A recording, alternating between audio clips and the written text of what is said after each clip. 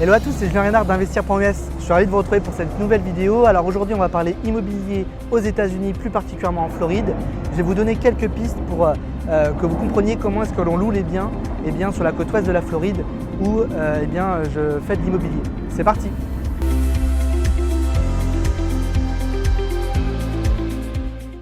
Alors pour rappel, je fais de l'immobilier sur la côte ouest de la Floride, le sud-ouest de la Floride, sur le Charlotte County, notamment sur la ville de Port Charlotte où je suis investisseur et où j'ai accompagné des investisseurs dans leur acquisition immobilière et dans la gestion de leurs actifs sur place.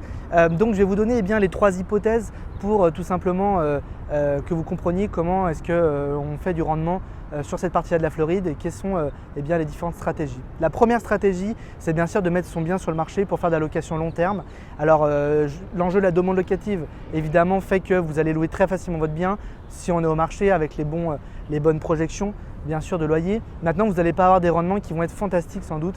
Si vous faites ça, vous serez quand même sur des rendements, à mon sens, en fonction de l'effet de levier et du financement que vous pouvez avoir avec votre banque, qui vont être de l'ordre de 6 à 10% en fonction de l'actif que vous avez choisi. Il ne faut pas oublier qu'on est sur la côte ouest de la Floride et qu'on est surtout sur un marché patrimonial. Vous allez avoir votre patrimoine qui va grandir chaque année.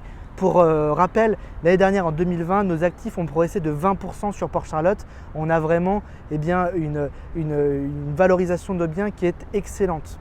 Donc évidemment, les rendements en corrélation montent. Évidemment aussi parce que nos loyers se réajustent chaque année. Par exemple, sur du long terme, sur des duplex que l'on a sur la côte ouest, on a fait des prévisions il y a 1 an et demi avec un loyer par unité, par duplex, qui sont des 3 chambres, 2 salles de bain, de 1 350 $. Aujourd'hui, les biens ont été loués à plus de 1 600 $. Donc c'est pour vous faire comprendre que oui, les prix montent, mais également la demande locative est en perpétuelle évolution. Et vu qu'il y a plus de demandes que d'offres, on peut facilement monter les loyers.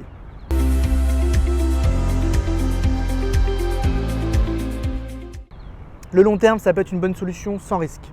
Deuxième solution, c'est la solution que je plébiscite beaucoup, c'est la solution court terme, puisque là, vous avez capacité à vraiment doper vos rendements en mettant les biens tout simplement sur les grandes plateformes de location en saisonnier aux États-Unis. Première en liste VRBO, deuxième Airbnb et puis également Booking, qui sont vraiment les 3 grandes plateformes que l'on utilise particulièrement à Port Charlotte pour booker tout simplement nos biens. Déjà, pour vous donner un ordre d'idée, on est aujourd'hui en mai 2021 en Floride. Toute ma saison 2022 est déjà bookée, c'est-à-dire qu'entre le 1er décembre 2021 jusqu'au 31 avril 2022, je n'ai plus de nuit disponible, ou alors on va dire quelques jours par-ci par-là, mais 95% de mon booking est fait. Le gros de la saison est toujours rempli à quasiment 100% avec des revenus qui sont très importants. Pour une maison de 3 chambres, 2 salles de bain, il faut compter environ un revenu brut de l'ordre de 4 000 à 6 000 $ en fonction de la maison, 4 000 à 6 000 $ par mois, je précise. Donc vous allez générer globalement facilement l'ensemble de vos charges sont couvertes sur la saison forte. La saison basse, qui est l'été en fait, va être environ de 55 à 60% de taux d'occupancy sur la zone. On travaille chaque année de plus en plus pour pouvoir remplir cette zone-là. Là, vous allez louer moins cher, mais ça va être vraiment votre profit chaque année, bien sûr, sur cette période-là. Donc, il faut vraiment être précautionneux. Nous, on a tout un tas de techniques, bien sûr, à la fois de marketing pour vraiment mettre les biens en avant, et puis également de techniques, bien sûr, pour pouvoir être le plus efficace possible au moment où les gens restent pour qu'ils aient de bonnes notes pour vous et puis qu'on puisse les fidéliser d'année en année. C'est vraiment une clientèle qui est récurrente sur Port Charlotte. Même la clientèle d'hiver, vous avez des gens qui vont vous louer de 1 à 3 mois facilement le bien au prix fort. Donc c'est vraiment des clients de choix qu'on a. C'est également une clientèle qui est généralement de 50 ans et plus. Donc ce n'est pas des gens à problème. Vous allez avoir également des fêtes ou ce genre de problèmes qu'on peut avoir par exemple sur la côte est de la Floride, du côté de Miami, où c'est là une clientèle beaucoup plus jeune et où ça peut poser un problème dans le voisinage. Non, le short term à Port Charlotte, c'est vraiment du short term premium. Vous allez pouvoir sécuriser un très fort rendement avec vraiment un peu de problèmes de gestion. Ça, c'est vraiment très important à comprendre. C'est pour ça que je plébiscite vraiment cette solution.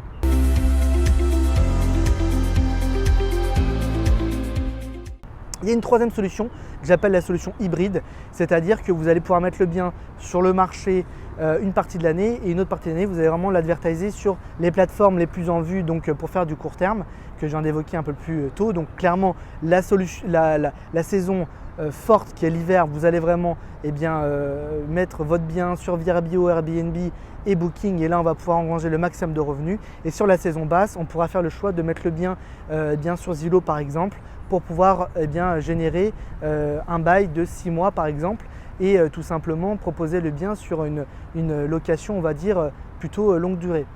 Pourquoi est-ce que ça peut être une bonne solution et à qui va s'adresser du coup le bien sur un bail de 6 mois? Ça va s'adresser à des gens qui font construire leur bien, notamment sur la zone. Il y en a beaucoup, croyez-moi, et donc ça va intéresser ces gens-là qui ont peut-être leur bien qui n'est pas complètement prêt mais qui doivent déménager en amont et donc qui vont être intéressés pour avoir un bail qui sera de 3 à 6 mois par exemple.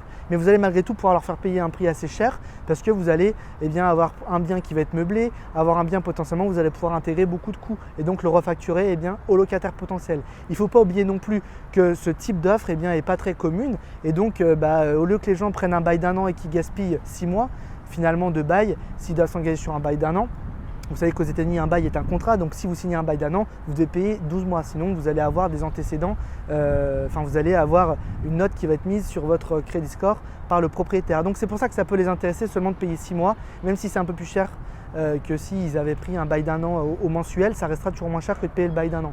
Donc ça va vraiment intéresser ces gens-là qui peuvent être en train de faire construire la maison ou qui vont être tout simplement pendant une certaine période travailler sur le comté et donc vouloir tout simplement louer ce bail pendant quelques mois, louer ce bien pendant quelques mois.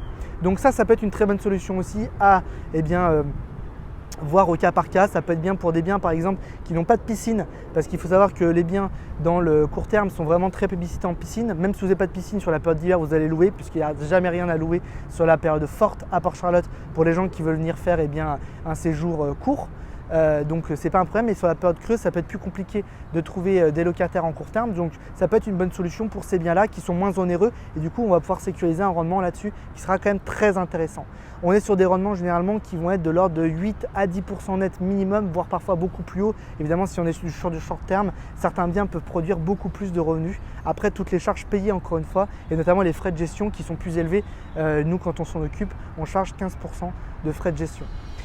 Donc voilà, j'espère que ça vous a donné quelques pistes sur la côte ouest de la Floride. C'est un marché qui est grandissant, intéressez-vous vraiment, je vous le recommande. Peu d'Européens connaissent ce marché-là et se focusent beaucoup sur la côte est de la Floride, notamment Miami. Mais le sud-ouest est vraiment grandissant. C'est un marché qui est encore très abordable, où il y a une augmentation perpétuelle de la valeur des biens et où la demande locative est très forte et notamment le short terme aussi, la location courte durée très importante. N'hésitez pas, si ça vous a intéressé, à nous contacter, une seule adresse contact@investir.us. N'hésitez pas à liker la vidéo, n'hésitez pas à vous abonner bien sûr et puis vous pouvez également nous soumettre votre projet directement en description de cette vidéo. Vous avez un lien, vous cliquez, vous nous soumettez votre projet et on prend contact avec vous tout de suite après. Je vous dis à bientôt, bye bye.